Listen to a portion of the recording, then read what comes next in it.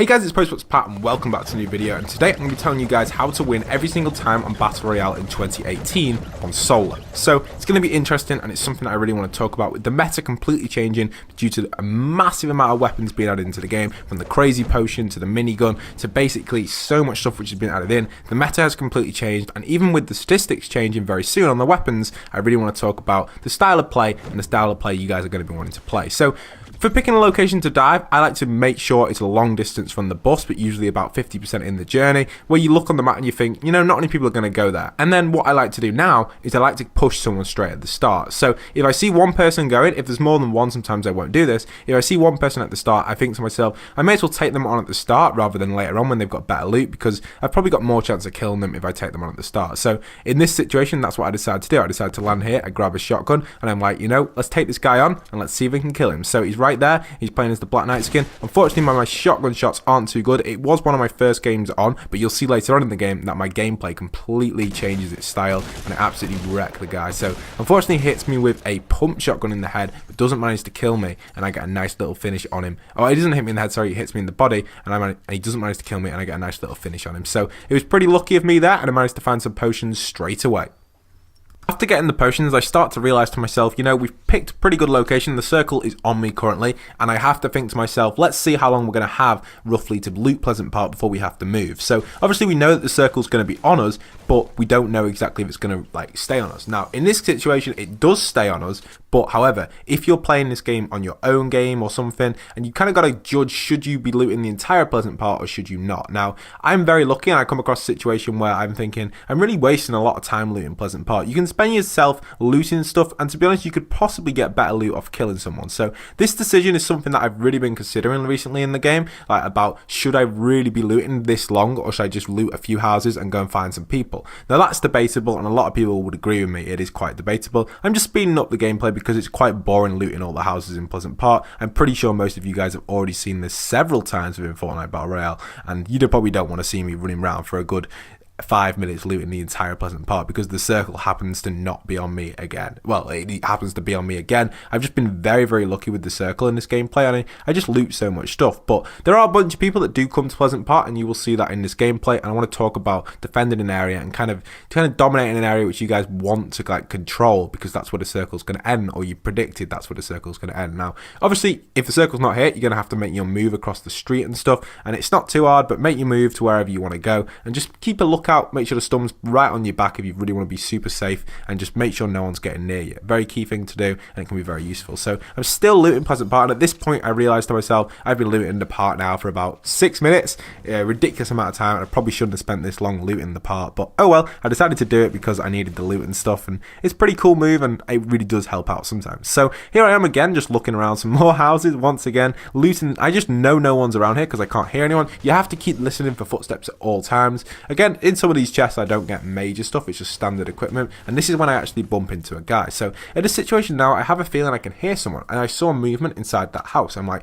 oh, someone's upstairs, someone's in the attic. So I'm thinking, we got to build our way up here. They've blocked themselves in by the looks of it, and we've made a nice little move. Now what I do is I scout the roof and make sure no one's on the roof, so I know the guy's in the top floor in the roof, because I can't hear him break him out. I can hear him in there. So what I do is I break myself in and I look around. I break myself in so I've got a perfect angle just in case he comes running out at me, and he manages for some reason to stay in there. You can see him hiding behind the boxes there. I use third person to look around the wall so he doesn't know if I'm looking around or not, and then I just go in with my shotgun, hit him a few times, and get all the cool stuff. The cool thing about that kill is I actually managed to grab some amazing weapons which are really going to come in handy later on in the game. And then again, I do potion up using my medium potion just to potion up fully, and I think I take the med kit for the mini potion. Very good decision. So now I'm on 2 kills. Now I actually get a bunch of kills this game, a good chunk of kills to be honest, for a solo game where the location's on you. But there's some great tips and tricks that I want to give to you guys during this gameplay. So what I'm doing here is I'm just scouting around for more enemies. I know I've basically cleared the entire Pleasant Park apart from maybe a few like chests and spots and ammo crates and stuff, but I didn't need to loot the entire Pleasant Park now because I know I've got spare potions, spare medkit, jump pad, scar, a golden scar in fact, and then even some amazing like a blue shotgun, which is pretty cool, and even a sniper. So I've got a good chunk of I've got a good chunk of loot here, which is going to be absolutely awesome, and it's what you need sometimes when you want to be pretty confident. Sometimes you got to be a little bit stealthy though, but as you can see, there's only 24 players left, and I've only currently got 2 kills. Now my kills do suddenly change on this gameplay, and you will see that in this gameplay. There's some massive stuff that happens. So here in this situation, I can hear some stuff going on. I'm a little bit confused. I don't know exactly what's going on. I have a feeling someone's very close, so I decided to build a little 1x1. Now, not always 1x1s work in these situations, and that's due to sometimes the structure being like kind of a little bit obstructed and stuff. But if you get the right height like I've done here, as you can see, I built above the house, so I've got a pretty good position, and I know that the obstruction will stop someone from building me up from certain angles, and it can be building up to me from certain angles, and that can be quite a useful technique to do sometimes. Maybe if you're near a tree, a rock, a little bit dodgy house maybe that isn't like programmed correctly. I think it's quite a useful thing, and you can actually see the guy pointing up at me there, so I'm like, what a good position. I switched to my scar, and I'm like, this guy's going down easy, and in 2 shots and he's down straight away. Unfortunately, he did do quite a chunk of damage to me, which I was kind of disappointed with. I didn't expect to take that much damage from that, but I did, so that was just unfortunate. But I managed to take him out, and there's my 3rd kill on the bank. So in a minute you'll see some amazing shotgun gameplay from me, and something that most of you will want to kind of learn from, because it's something, if you don't use like the pump shotgun, and as we all know the pump shotgun is getting a nerf, this is going to be something that can really help out with the semi-auto shotgun for a lot of people. Obviously we know that the game is getting some huge changes coming very soon, and it can be quite like the game's consistently changing, and you have to kind of adapt your playstyle to that. One of the great techniques that I always mention in videos is this, what I'm doing right now, looking through like this. I think it's something that everyone needs to do. It's something great, and it's an amazing thing to do, so do that. If you do it, it's really awesome, and definitely needs kind of just a little bit of technique to do, but it's not much technique at all. You've got to get the right situation. So traps are also awesome as well. Get your things. And there's another guy here to my left. So as you can see, that guy actually had blonde hair. And this is something I want to pick up on. Remembering people's skins. If you don't kill them, remember their skins. So as you can see, I'm fighting with this guy. I'm not fighting too well, but remember his skin, because that is pretty key. He does a lot of damage to me with that trap. I didn't realize that trap was there, and now I know I'm in kind of like a tough situation. So I think to myself, we need to get out of here quick, Pat. So we build a quick 1x1 and hide in here, see if we can get a good position. And we managed to try, and I'm going to medkit it up just to get extra health. Unfortunately, I've lost my shield. I had a bunch of spare shields, and due to his trap being pretty good placement, to be fair, I managed to like survive it, but I took a lot of damage. So you got to be careful. Sometimes check the buildings you're entering, depending on the situation. In that sort of situation, I kind of didn't really have time to check the building, and I had to run straight through it. Now, bear in mind, I've lost this guy now. He's completely lost off my radar. I have no idea where he's gone. I can hear a few sound there and then, but I just can't guarantee where he is. So I think to myself, you know, we have to get the timing right. We can't go back through there in the garage because there's a trap in there, and we'd have to destroy it if we wanted to go through. So let's avoid that. Let's try and find where this guy is. So I'm kind of getting in a good position. I know he's not in my tower, because obviously he can't like edit it. He can only build up to it. So I know he's not in there. So I've got a good position, well, a decent position, and I'm on 3 kills. I've taken quite a bit of damage. I remember there's a mini potion. Remembering where potions are is pretty key as well. If you remember rightly, I actually had a mini potion in the house across the way at North, and I left it in there because I chose a medkit over the mini potion. So I know there's 1 potion in there, so that could technically get my health up to 125. And here is a guy. Now this is a different guy. As you can see, this guy, he has black hair rather than blonde hair. So you can tell the difference between the characters, and it's quite key to remember the skins. And there, here comes the blonde guy now. I take him out pretty easily with my shotgun, and I'm thinking to myself, wow, Pat, what a kill. He didn't even do any damage to me. And then the other guy up here, I'm like, again, let's get some nice shots on him. A nice 2 jump shots there, 2 instant kill shots. We're taking no damage from 2 enemies. Probably one of my best plays in Fortnite in my entire career on Fortnite, should I say. I've never really had a play like that before. I get a free potion, and this is when I realised to myself, hold on a minute, Pat, the mini potion. So I'm thinking, we got to go and grab that mini potion before I activate this potion. Let's build up a little bit and let's get over there. So I'm just healing up, and I start to drink it. I'm like, whoa, what am I doing? So I'm like, let's get over there and go and get that mini potion so we can get up to 75. So I'm running towards the house where the mini potion is, and at this stage in the game, I kind of just wait around here because it's actually in the circle. So I build up to the house like this, get in here and go and grab my mini potion.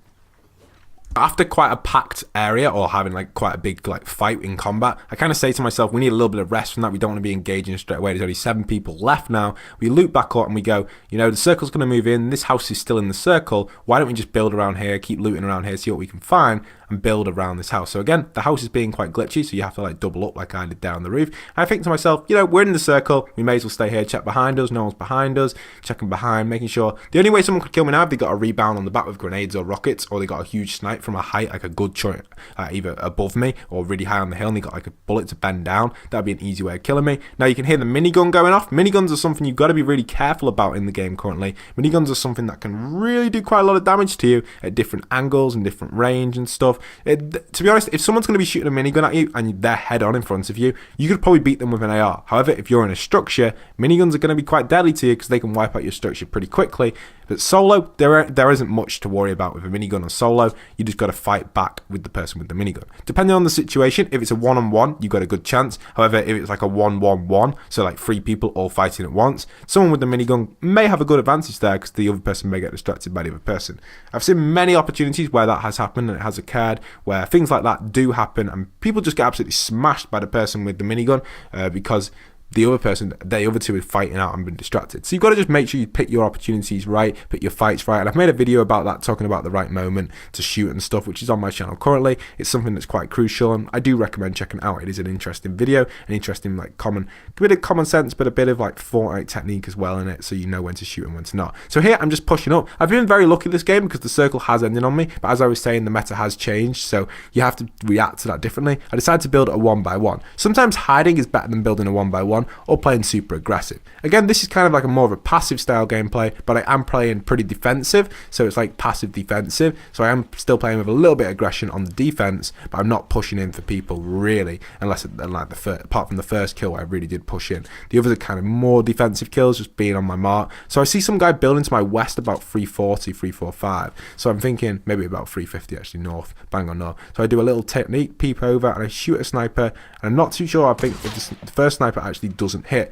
Gladly that the sniper didn't go towards his base and it only hit my wall. That was very lucky. I managed to get the perfect angle and get a perfect snipe off there. 88 meters, sorry, which isn't a far range at all, but it was a nice little sniper and it gets someone out of the game pretty swiftly. You never know, that guy could have had good loot, he could have had a shield and stuff, so it was interesting to get him out, and that puts it down to a 4-player count. Something I like to do is try and recognize or predict where all of the rest of the players are going to be. I usually do this around about 8-player count, so 7 players, and I kind of just get a rough idea where players are going to be, look on the map, think, well, if I was in a different situation, where would I be moving to? So in this situation now, I get very lucky again with the circle ending on me, and I think to myself, if you look at the map at the top right, I think someone's going to be towards the right hand side of the map, the right bottom, and someone's going to be more to the right top. That's where I'm thinking people might be, and personally I don't think anyone's going to be around me. But you can't guarantee this, so you have to check all your angles and make sure no one's going to be creeping up on you, because you don't want to be playing and some guy's going to be like, hello, he pops up and just takes you out straight away. You don't want that at all. So you got to keep your wit about you on all different angles. Make sure you've got it all covered just in case.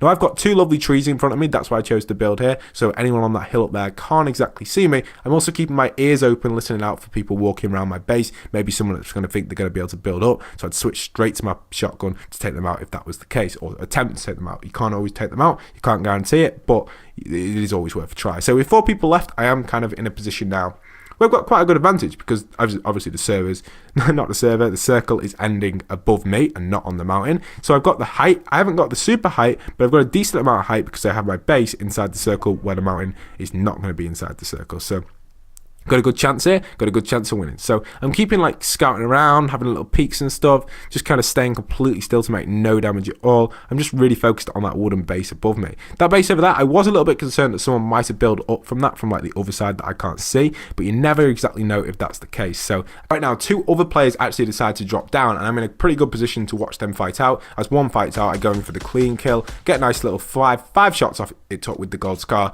5 little AR shots, boom, boom, boom, boom, boom, straight down, and nice little kill. Now we're in a perfect 1v1 situation. So having a situation like this, I am pretty nervous. I do have 175 health. I possibly could have drunk my other potion, but I'm now outside the circle. I'm in a very good position. I'm checking behind me, and I take a sniper damage from 60. Now, obviously, I was thinking, how is this guy hitting me? And then I realized he was above me.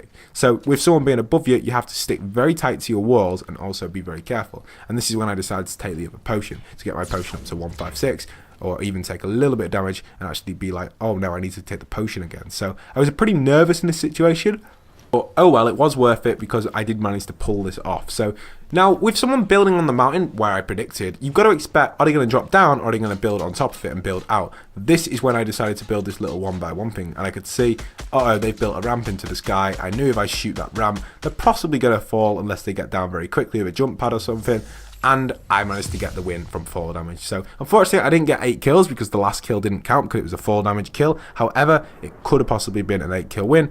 As you can see, the meta has changed a little bit. That was a pretty naff ending kill because I didn't actually kill him. He actually took 4 damage. However, it was awesome, and it was awesome to see and awesome to do as well because it doesn't come in many. There aren't many opportunities where you can kill someone off with 4 damage because they built out of a mountain. Silly move to do, especially if you're leaving it with one structure holding it up. If you've got a few different levels, kind of like holding it up and stuff, it really doesn't matter too much by building that up in the air. But building up in the air like that off a mountain, when you're leaning over the map into a fall, like a bigger fall distance, you know that if I shoot it, you're going to take damage. So you have to be careful with that. But I hope you guys have enjoyed today's video. Hope this guys helps you win on Fortnite a lot easier. Just remember the meta is changing. Keep that in mind. Keep everything in mind that's changing and things that are being added. Keep up with the latest good weapons in Fortnite because there's so many stuff being added. You need to keep up with it. Hope you guys have enjoyed. Don't forget to leave a like, comment, subscribe. If you're new around here, stick around. And once again, this is Postbox Pat signing out.